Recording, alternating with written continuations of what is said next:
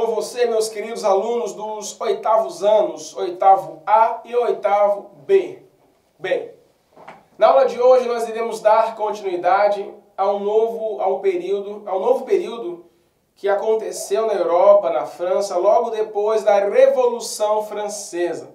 Como vocês viram nas aulas anteriores, a Revolução Francesa, que dura aproximadamente 10 anos, de 1789 a 1799. Em 1799, os girondinos, a alta burguesia, para tentar acabar com tantos conflitos econômicos, políticos e sociais, entrega para o jovem general Napoleão Bonaparte o poder.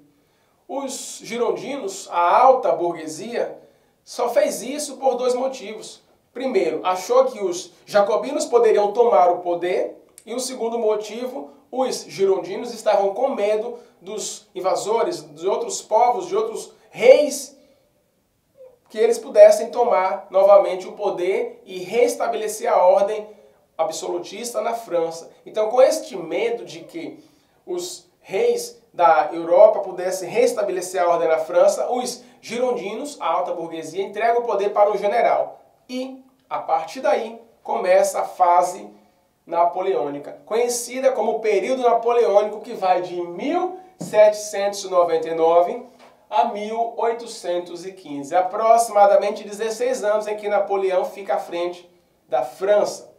Quando Napoleão recebe este poder de ficar à frente da França, foi uma fase chamada de consulado. Eram 3 homens, 3 cônsules, que iam governar a França. Porém, o primeiro cônsul, de acordo com a Constituição, era quem tomaria as principais decisões.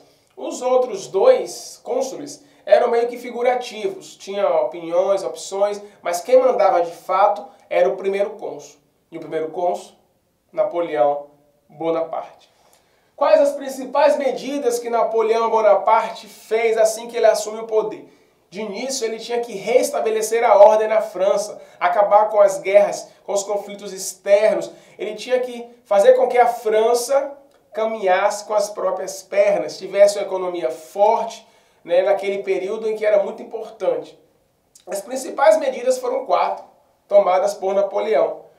Ele criou várias escolas, conhecidas como os liceus. Ele criou liceus em cursos de direito e também formação para que muitos desses estudantes se tornassem militares. Então ele institui e cria várias escolas. Ele também faz um acordo de paz com a Igreja Católica. A Igreja Católica não é mais a igreja oficial, né, da França, não existe mais igreja oficial. Tem a igreja principal, que é a Igreja Católica, mas as outras religiões, como os protestantes, poderiam cultuar tranquilamente as suas crenças. E a concordata também dizia que o Napoleão iria escolher os bispos. O Papa poderia recusar e pedir que escolhesse novos, né, outros bispos. Então a igreja, ela perde um pouco do seu poder. Algumas terras que a igreja havia perdido na Revolução, elas não foram reconquistadas. A igreja continuaria sendo sustentada pelo Estado, porém eles, o clero, eles não teriam mais muitos poderes. Os poderes estariam concentrados na mão de Napoleão. Uma outra medida foi a criação do Código Civil Napoleônico. Com base neste código, várias outras leis foram criadas no mundo, principalmente na América. Este código previa liberdade, liberdade de propriedade, liberdade religiosa, liberdade civil. As pessoas agora eram livres de acordo com a lei. Então as pessoas não mais seriam julgadas por nascimento, você é nobre. Não, as pessoas serão tratadas de maneira igualitária. E a partir daí desse Código Civil, outros códigos foram criados com base neste criado por Napoleão. Uma outra medida muito importante, meus queridos alunos, ele cria o Banco da França. E o principal objetivo do Banco da França foi subsidiar, né, financiar a indústria e a agricultura. Então, o Banco da França iria emprestar dinheiro para que os grandes produtores pudessem novamente plantar, exportar e também para que os industriais pudessem investir nas indústrias. Então o Banco da França foi quem deu um boom economicamente, ajudou para que a França pudesse novamente caminhar com as próprias pernas, com a economia pujante e forte graças ao banco criado por Napoleão. Isso no período do consulado. A segunda fase é chamada de império. O Napoleão, muito esperto, ele fez uma votação, um plebiscito, em que os franceses deveriam opinar se eles queriam que ele, Napoleão, fosse o cônsul, perpétuo, vitalício, isto é, para toda a vida, até quando ele morrer, ou não. E mais de 90% dos franceses optaram por quê? Para que Napoleão se transformasse num cônsul vitalício. Então ele acabou criando este cargo, seria o cônsul para todo sempre, e ele mudou. Não vai ser mais cônsul, vai ser um império. E no dia da coroação acontece algo muito intrigante, muito curioso. A Igreja Católica, que tinha a prática de coroar os imperadores, quando o Papa iria coroar Napoleão, só um momento, pega a coroa e ele mesmo se autocoroa. Isso, pessoal, não foi porque ele era engraçadinho, não, pessoal, tem um grande significado. Significa que ninguém estaria acima de Napoleão Bonaparte, nem a igreja, porque quando a igreja empossava um rei, significava que a igreja tem maiores poderes do que o meu, porque ela que me coroou. Então Napoleão, ele pensa, não. Na hora que ele seria coroado, ele pega a coroa e se autocoroa. Inclusive Napoleão foi um excelente estrategista, existem biografias riquíssimas falando sobre a mentalidade deste homem que fez muitas coisas na Europa e no mundo todo. Então o Império vai de 1804 a 1814. As principais marcas do Império seria a expansão, seria ditadura, censura, não era mais a monarquia do rei, era meio que a monarquia do imperador, que era uma república em que ele tinha totais poderes. Então, na verdade, era uma ditadura. E a expansão começou a crescer cada vez mais, a influência da França na Europa começou a ter vários lugares da Europa que era dominada e controlada por Napoleão, só que tinha vários inimigos, como a Prússia, a Áustria e principalmente os ingleses. Os ingleses eram uma das grandes pedras no sapato dos franceses. Bem, a Batalha de Trafalgar, uma batalha naval entre a Inglaterra e a França, a marinha britânica, a marinha inglesa, era uma das melhores marinhas de guerra da época. E os ingleses vencem a marinha da França. Com isso, os franceses perdem essa batalha e não conseguem derrotar os ingleses. Aí os franceses, Napoleão pensa, já que eu não posso derrotar os ingleses no mar, na guerra, eu vou derrotar os ingleses no comércio, na indústria. A partir de hoje, a França, vou decretar um bloqueio continental, isto é, um bloqueio no mar em que nenhum país da Europa vai poder comprar e vender para os ingleses.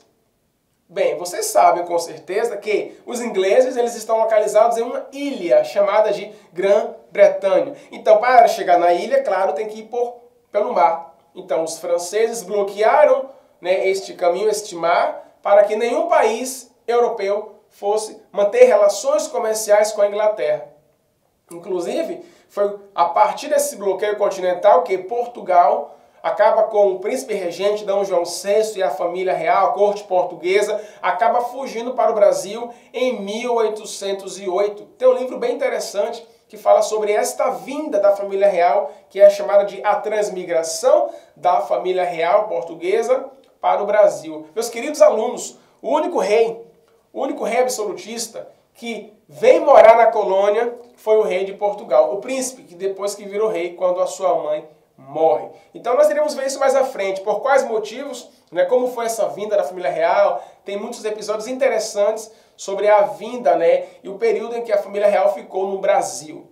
Percebam como as coisas que acontecem lá fora têm interferência aqui dentro. Então a história está interligada. Então tudo que aconteceu no passado tem sim interferência na nossa vida no presente. Bem, então tivemos também uma grande derrota na Rússia. Os franceses, meus queridos, foram lutar contra a Rússia, porque a Rússia tinha feito um acordo, selou a paz com a França. Os russos, tudo bem, franceses, nós não vamos comprar na mão dos ingleses, vamos comprar na sua mão. Porém, os franceses, eles não davam conta de atender a demanda dos russos, muitas pessoas, e além do que os produtos franceses não eram tão bons quanto os ingleses. Era xing-ling, sim, eram produtos, não era de tão boa qualidade. E também o preço dos produtos franceses, os preços dos produtos franceses também eram muito mais caros. Então os russos não aguentaram mais. França, sinto muito, vou comprar na mão dos ingleses. E aí, meus queridos, a Rússia vai comprar na mão dos ingleses e isso deixa Napoleão numa situação difícil. Napoleão decide guerrear contra a Rússia.